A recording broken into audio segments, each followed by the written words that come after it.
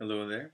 This time we're continuing on the study of Daniel chapter 2, but this time we're continuing it in the context of understanding more about the different kingdoms and in connection with the scarlet colored beast of Revelation 17. Now again, the focus is the same, we're just coming at it from a slightly different angle. In other words, we're going to be looking to what the stone is, and which we found in the last video that the stone represents the kingdom, but we're going to be finding out more about this kingdom, what it is, and when it's set up. So first, I'm going to ask you to pray about this and have an open mind and, seek the Lord and have your eye single to truth. So even if something here is slightly different than how you've previously thought about it, if it's true, just recognize that it's true, and, if that's the case, then follow the truth, and that's all we can do, right? Okay, so Daniel 2, we're going to start same place we did last time, verse 32, but this time we're going to read more of the interpretation that's given and look at this in connection with a couple other things just to get a better understanding. Okay, so we know the backstory essentially of what happened. Nebuchadnezzar had this dream. He needs somebody to interpret it. After all the false prophets couldn't interpret it, Daniel comes along, and the Lord is merciful. And we're going to actually start at verse 31, because this is what Daniel starts saying to the king. And we're going to just read through and see what happens here. In verse 31, "Thou, O king, sawest, and behold, a great image. This great image, whose brightness was excellent, stood before thee, and the form thereof was terrible. This image's head was of fine gold, his breast and his arms of silver, his belly and his thighs of brass, his legs of iron, his feet part of iron and part of clay. Thou sawest till that a stone was cut out without hands, which smote the image upon his feet, that were of iron and clay, and brake them to pieces. Then was the iron, the clay, the brass, the silver, and the gold broken to pieces together, and became like the chaff of the summer threshing floors, and the wind carried them away, that no place was found for them. And the stone that smote the image became a great mountain, and filled the whole earth. This is the dream, and we will tell the interpretation thereof before the king. Thou, O king, art a king of kings, for the God of heaven hath given thee a kingdom, power, and strength, and glory. And wheresoever the children of men dwell, the beasts of the field and the fowls of heaven hath he given into thine hand, and hath made thee ruler over all of them. Thou art this head of gold." Now, we're going to stop right there. That's pretty clear, is it not? It's really, really clear that Daniel is saying, you, O king, O Nebuchadnezzar, king of Babylon, are represented by this head of gold of this image. It's really clear, really straightforward. So Babylon corresponds to this head of gold, just according to the straightforward interpretation, right? Now, continuing on, verse 39, "And after thee shall arise another kingdom inferior to thee, and another third kingdom of brass, which shall bear rule over all the earth." Okay, so there, he just quickly explained what those two following kingdoms represent. So we have the head of gold, then we have the breast and arms of silver, which represents the next kingdom, and then we have the belly and thighs of brass. So what was the kingdom after Babylon? That should be pretty straightforward. It's recorded in the book of Daniel. The kingdom after Babylon was Medo-Persia. So that should correspond to the chest and arms of silver. Just really straightforward, right? It's not complicated. It's pretty straightforward and simple. And then the next one is supposed to be brass, and it's supposed to rule over the whole earth. And those are the two things that are said right there in the interpretation. Okay, well, what was the kingdom after Medo-Persia? Well, that was Greece. Really straightforward, right? Now, the interesting thing is this whole thing is repeated a few times in Daniel. The first repetition of this is in Daniel 7, where we have this same thing, and we'll see how it parallels once we get to the fourth kingdom. The next parallel is Daniel 8. Now, the difference with Daniel 8 is that when Daniel had the vision of Daniel 8, it was already in the days of Medo-Persia, so Daniel was gone. And for that reason, or not Daniel was gone, Babylon was already gone. For that reason, Babylon was not included in the vision of Daniel 8. But in Daniel 8, we won't go through it now, but you have a ram and a he-goat. Now, the angel explicitly interprets this ram and the he-goat in verse 20 and 21 to be Medo-Persia, the ram, and the he-goat being Greece. So again, really straightforward interpretation. It's not complicated at all. It's really straightforward. Now the thing is, it says about the he-goat, which would be Greece, which would correspond to the brass of Daniel 2. It says there, in verse 5, "And as I was considering, behold, a he-goat came from the west on the face of the whole earth, and touched not the ground, and the goat had a notable horn between his eyes." So we see here that this goat, Greece, is said to go over the whole earth, which is what it says of the brass. And so clearly that, again, shows that the brass represents Greece, because the goat is said to do the same thing as the brass kingdom, and the angel says in verse 21 of Daniel 8 that the goat is Greece. Again, if you keep studying these things out, it'll become clearer and clearer. It's very simple interpretation. However, some people might object and say, well, Greece didn't rule the whole earth. Well, the point is, Greece, even in the symbolization of Daniel 8, Greece never had an end. And Greece ruled on through Rome, which gets into a whole nother subject, but Greece is actually still ruling on today. In other words, even today we talk about this current day Greco-Roman culture. Greco-Roman. The Roman was Greco. The Roman culture was very Greece-like. It was a lot like the Greek culture, and adopted many, many things from Greece.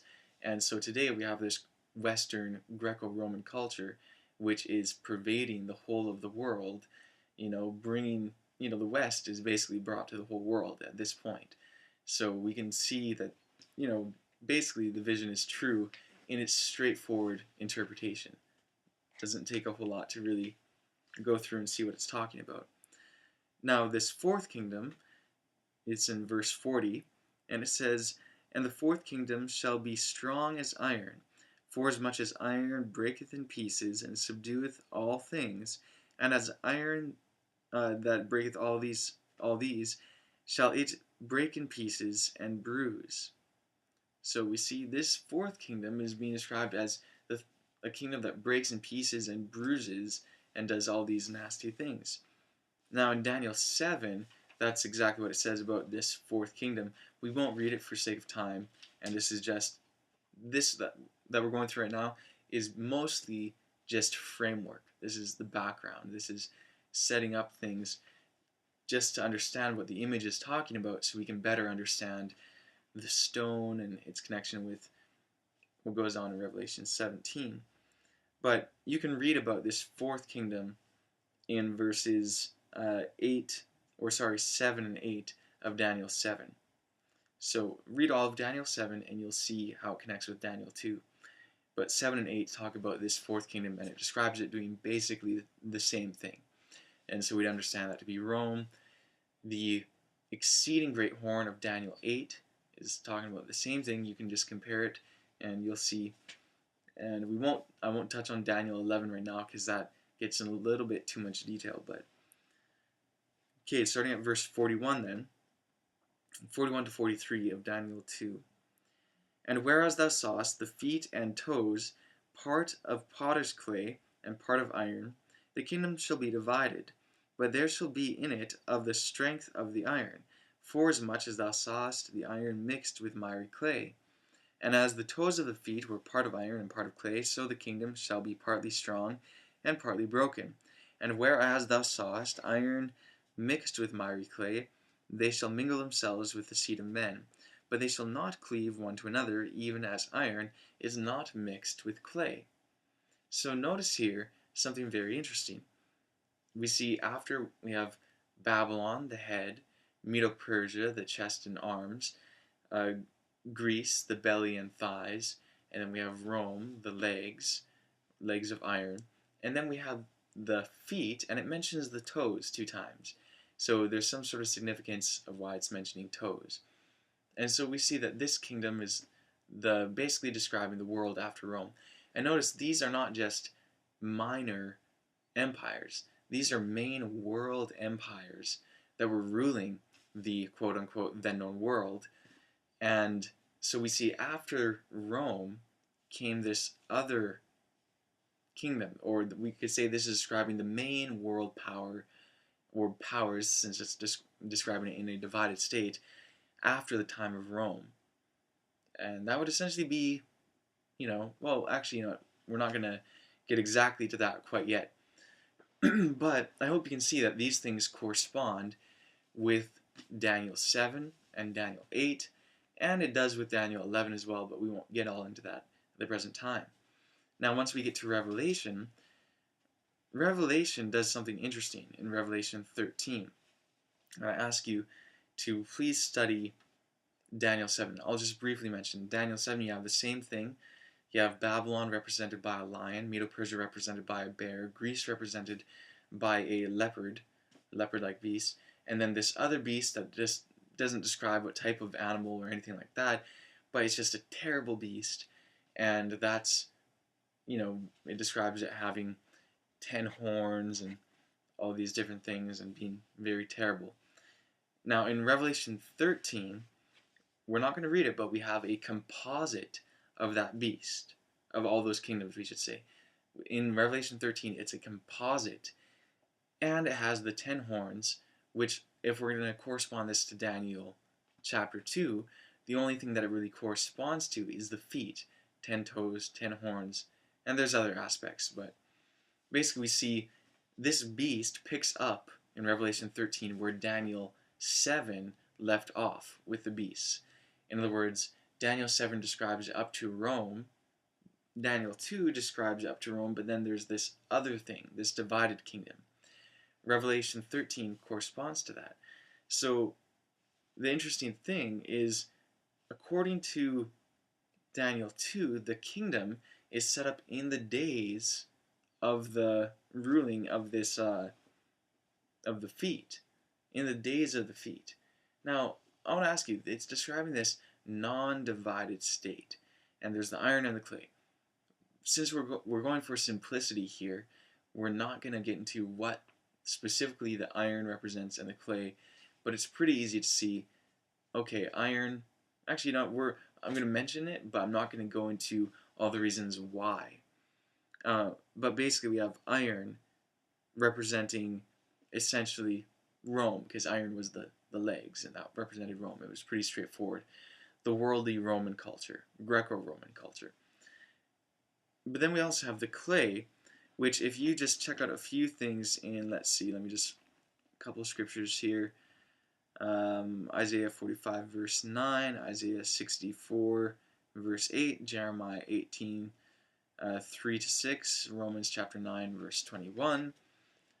We see this thing of clay representing God's people, right? Or Israel. And here these things aren't mingling, right? And we could just easily see, okay, it's describing a time of no mingling of the seed of men with the world. And we'll see more what this means, but these kingdoms aren't mingling together, and this clay and the iron aren't mingling together. I'm not going to go into all the explicit details, but that's a general overview. Now, we see in Revelation 17, and this is where we're getting to the key of this whole thing. Revelation 17, I invite you to read the whole chapter. Again, for sake of time, we're not going to read the whole thing. We're going to read just the first 3 verses so you can see what it's talking about. Or maybe verse 5, we'll see. And a few other verses throughout. But it says here, Revelation 17:1. And there came one of the 7 angels which had 7 vials, and talked with me, saying unto me, Come hither, I will shew unto thee the judgment of the great whore that sitteth upon many waters, with whom the kings of the earth have committed fornication, and the inhabitants of the earth have been made drunk with the wine of her fornication. So he carried me away in spirit into the wilderness, and I saw a woman sit upon a scarlet-colored beast, full of names of blasphemy, having 7 heads and 10 horns. So, the key there is verse 3, actually. Now we see that this kingdom, it's scarlet-colored. It's not quite like the beast of Revelation 13, but it's very similar to it in that it has basically the same thing. It's, the 7 heads, the 10 horns, although this time we see that this it's scarlet colored, and basically the woman is riding it. Now there's a few other things that we're going to look at here. In verse 9 it says, And here is the mind which hath wisdom. The 7 heads are 7 mountains on which the woman sitteth. So we have the horns and we have mountains. Again, we won't get all into the symbolism, but if you saw the previous video, you'll know what a mountain represents. And a horn simply represents a civil power, a kingdom, which you can see, and again, read all through Daniel 8, and you'll see it clearly, and all through this chapter as well. Now, a few other verses that I want to read. Verse 12, And the 10 horns which thou sawest are 10 kings, which have received no kingdom as yet, but receive power as kings 1 hour with the beast. These have one mind, and shall give power and strength unto the beast.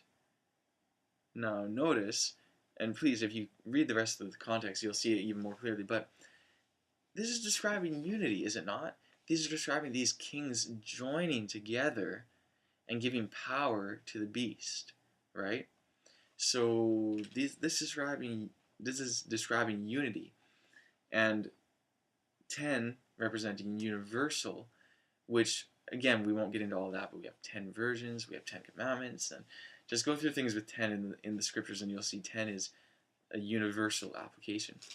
So here you have this universal union between these kingdoms of the earth. They all unite together.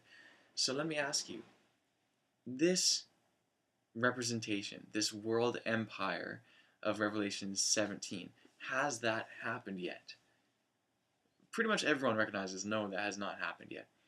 Now I want to ask you, where does it fit in the image of Daniel 2? Let's just consider the image. You have the head, you have the chest and the arms, you have the belly and the thighs, you have the legs, you have the feet, right? We saw how those things correspond with Daniel 7 and Revelation 13.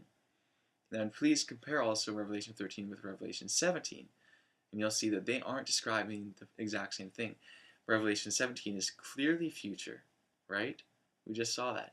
Now let me ask you, are we in the days of the feet? As in, has Rome fallen? Okay, that's pretty clear, right? We're in the time when these nations aren't properly mingling together. We're in the time of the feet. That should be pretty straightforward.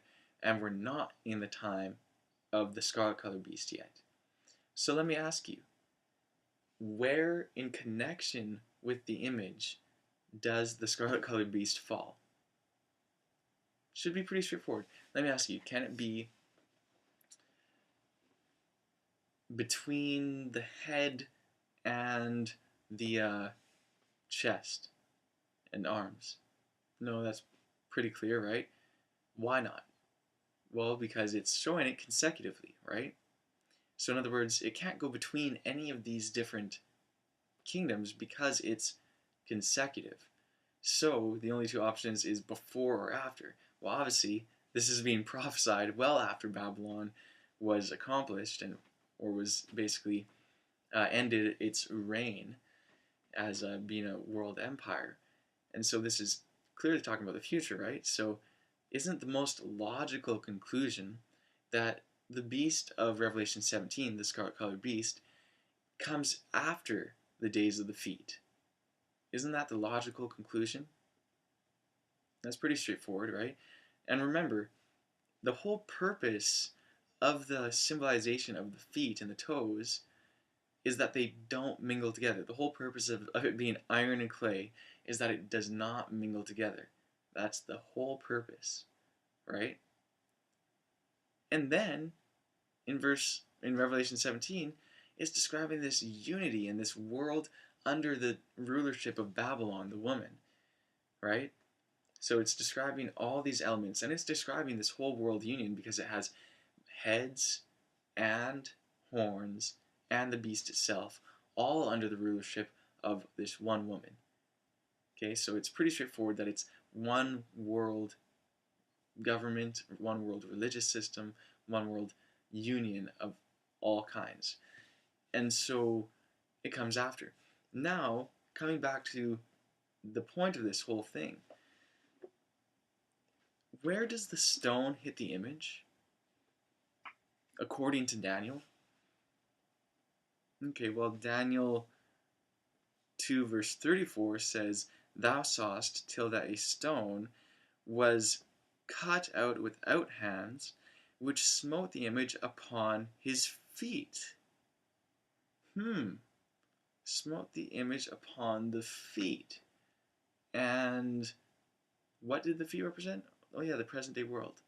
And what did Revelation 17 represent? The world after the present day, right? Okay, that's kind of interesting.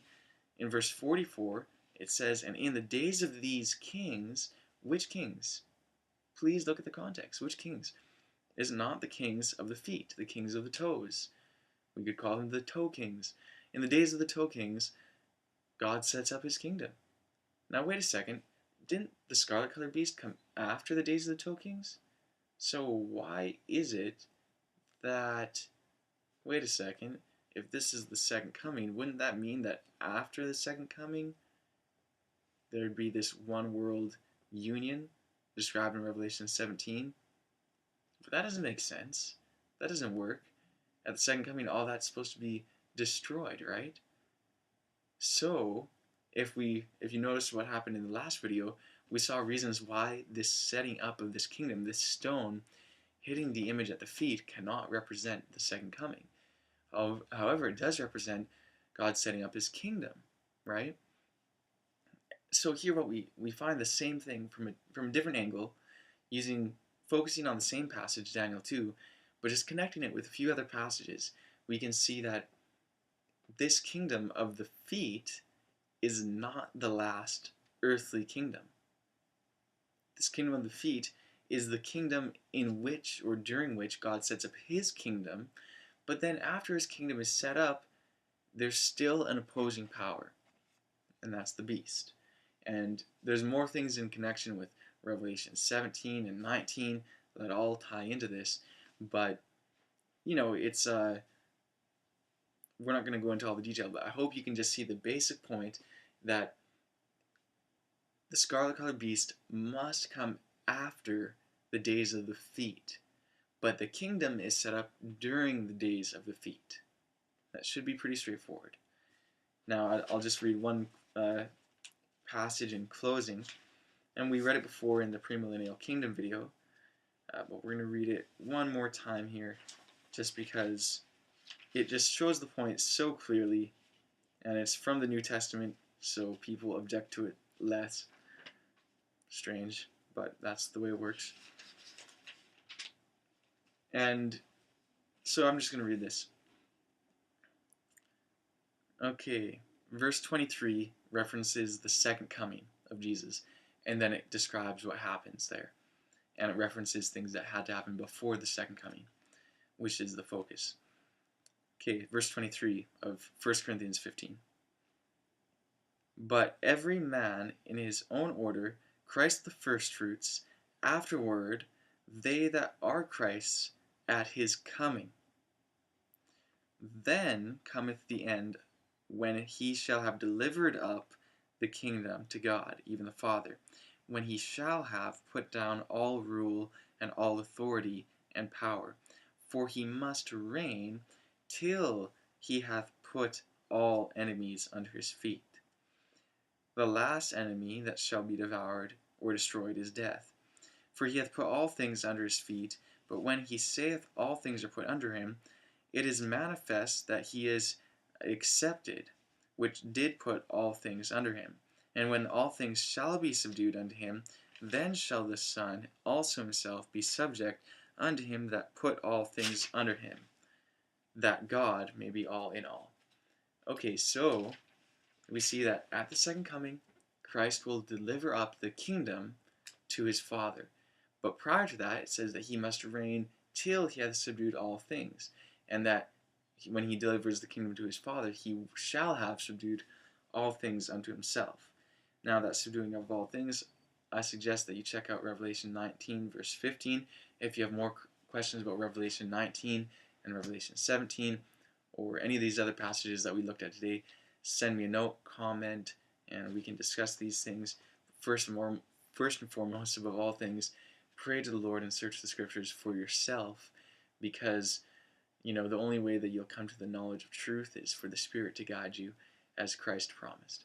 So anyways, I hope this has been clear, and I hope that you're willing to accept the truth and follow the Lamb whithersoever he goeth. So blessings to you all, and farewell.